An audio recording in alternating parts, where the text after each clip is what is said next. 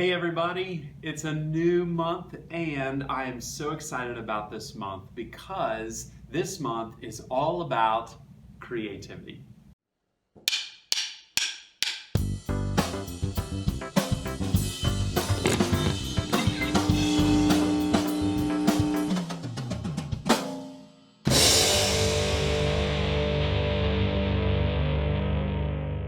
What do you see when you look in the mirror? Your best silly face? The school picture day smile? That look you get when mom tells you to get out of bed for school? Whatever you may see in the mirror, something amazing is true. You are a mirror. God made you in His very own image to reflect who He is to the world around you. That's right. When people look at you, they can see a little piece of what God is like. Not the way your mouth is shaped or the color of your eyes, but when you choose to encourage someone, hey, great job today. Others can see God's kindness. When you paint a picture, they catch a glimpse of the God who imagined the whole world.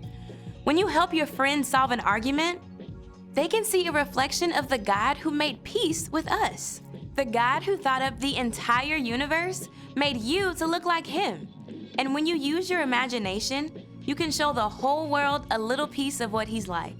That's why creativity is an amazing way to worship God with your life. Because worship is about more than just singing loud. It's all about living loud. Creativity is our virtue for the month, and this is the definition. Imagining what you could do because you're made in God's image. That's right. The Bible tells us that you and I were made in God's image. God is an incredible God, and He created incredible things. He made things like this and this. He even made this. And He also made you. Our God is powerful. He's creative. He's incredible. He does unimaginable things. It's almost like you could say that God is indescribable. And so that's why our memory verse this month comes from the book of Psalm, chapter 145, verse 3, and it says this: Lord, you are great. You are really worthy of praise. No one can completely understand how great you are. Our motions for this memory verse go like this: Lord, you are great. You are really worthy of praise. No one can understand how great you are. Psalm 145:3, Nerve. We're going to spend some time worshiping our indescribable, incredible God. So go ahead, stand up, let's crank it up a little bit and check out this song together.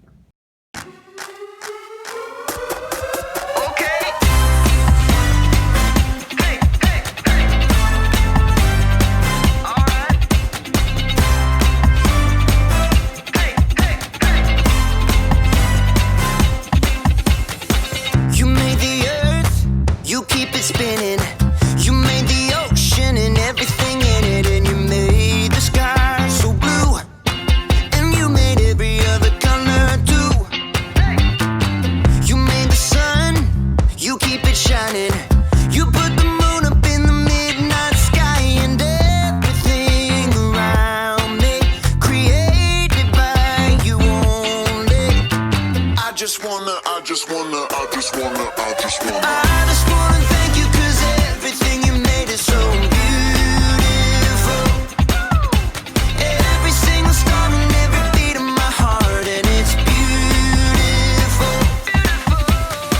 You made my feet, you made my hands, you made me sing and you make me dance, 'cause your love is all around me, and your love is so astounding. I just wanna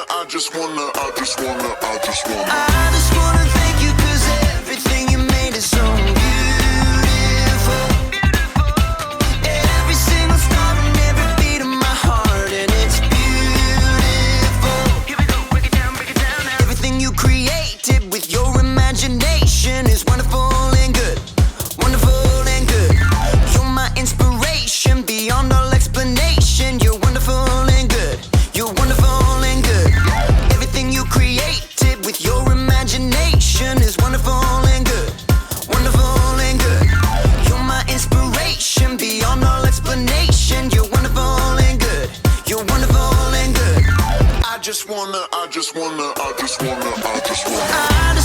thank you 'cause everything you made is so beautiful. Every single star and every beat of my heart, and it's beautiful. I just wanna thank you 'cause everything you made is so beautiful. Every single star and every beat of my heart, and it's beautiful.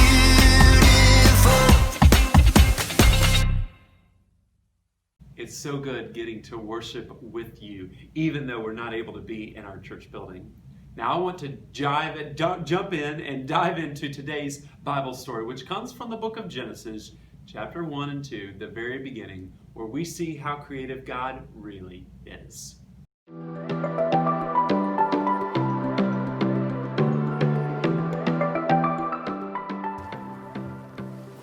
What's up, everybody? My name is Jacob, and today I want to talk to you about creativity. Because there's so many different ways to be creative, right? You could be like a creative actor. Alas, poor Yorick. I knew him well. Who's Yorick? You got the wrong skull, kid. Oh. You could be a creative dresser.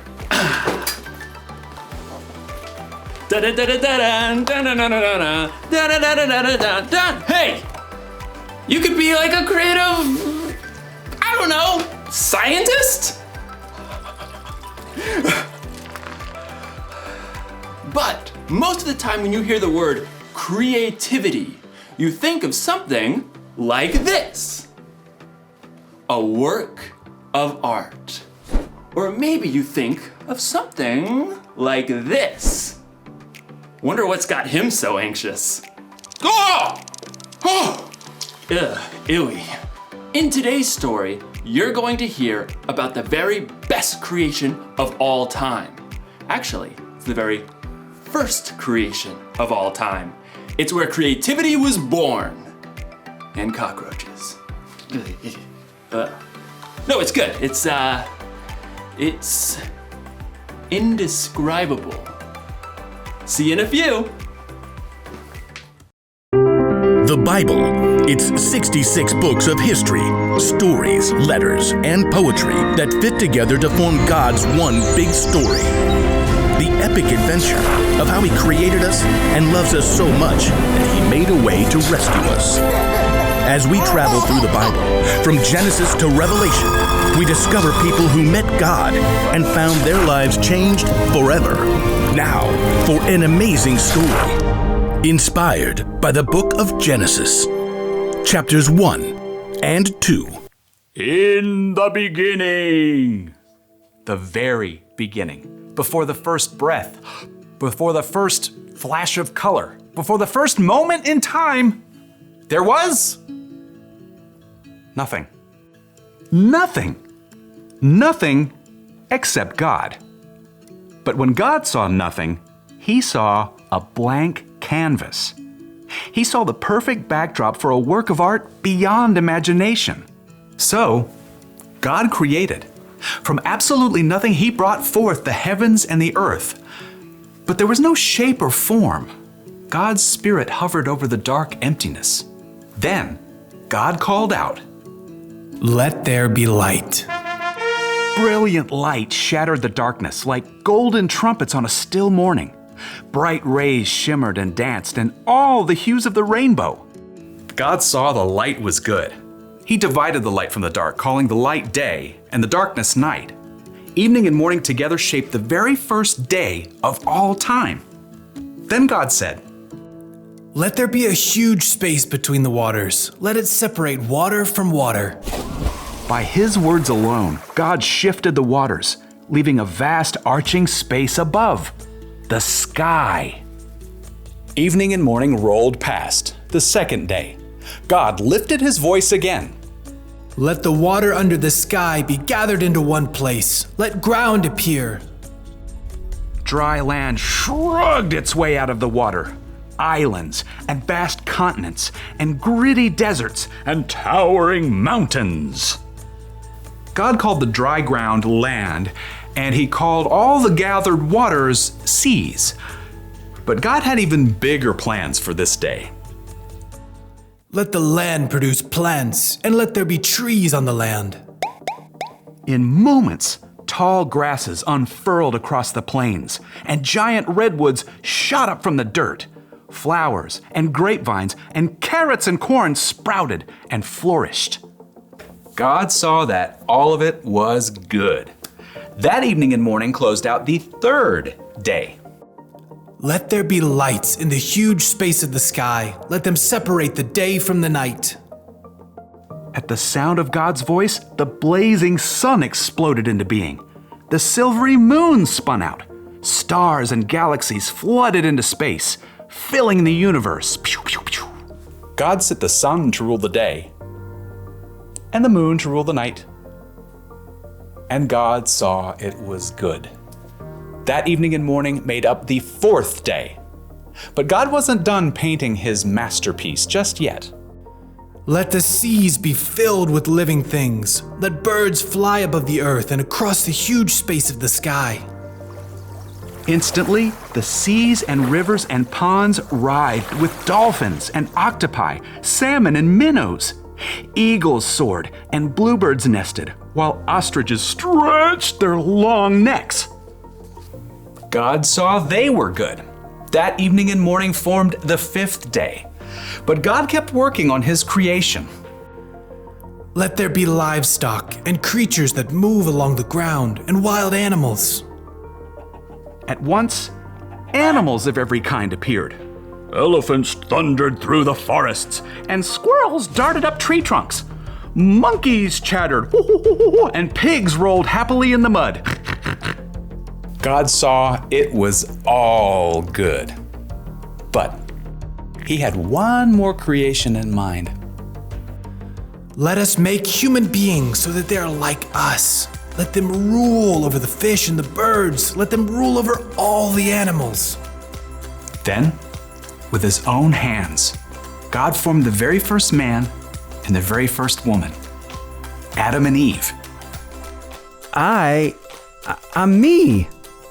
And you are you. And this place? It's beyond words. Unlike the animals, God made people in his image to reflect him. Have children and fill the earth. Rule over the fish and the birds and every living creature. I am giving you every plant on the earth for food. God looked over everything he had created and saw that it was very good. That evening and morning were the sixth day. And on the seventh day, God rested.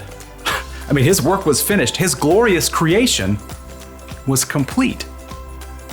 But because God had formed people in his image, they too could reflect his imagination and creativity. The possibilities ahead of them were endless.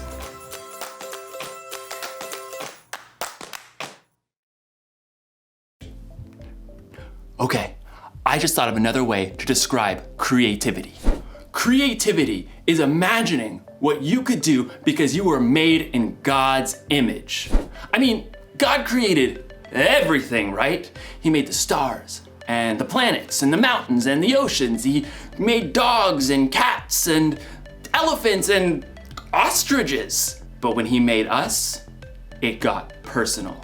God made us so that we think and feel and act tiny bit like him. We are made in his image. So check it. Imagine looking at yourself in a mirror. That's what God is like. And no, I'm not saying that he has the same hairstyle or eye color, but look a little bit closer. There's imagination behind your eyes. You have a smile that could encourage someone when they're feeling down. And your hands that could help someone lift a heavy load. Ugh. All right. There's no limit to what God can do through you. That's because there's no limit to God's creativity. That's the one thing to remember today. There's no limit to God's creativity. Seriously, take a look this week at the things God has made and let it blow your mind. Look at the stars in the sky and think about how it could take literally millions of years just to visit one up close. Listen to the sounds outside your window at night and let yourself wonder, how do crickets make that noise anyway? And then look really close in the mirror and see how unique you are. See the color and feel the texture of your skin. Look deep in the reflection of your eyes to see a God that made you and loves you more than you could even imagine. That should give us all a lot to think about.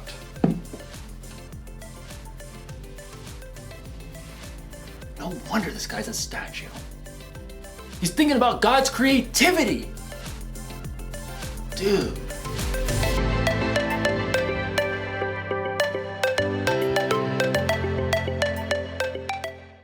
As we saw in today's Bible story, the very beginning, Genesis chapter 1 and 2, the beginning of the Bible, we found out that God is the author of all creation.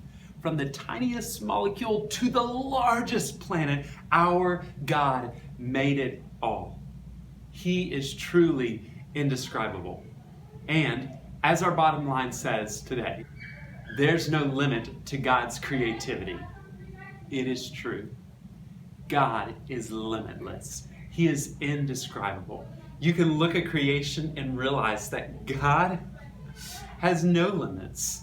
He is a creative God, and He made you, and He made you to be creative too. So this week, remember this truth. There's no limit to God's creativity. Remember our story from God's Word, and then spend some time at home doing this week's lesson with your parents. Have a great week, friends.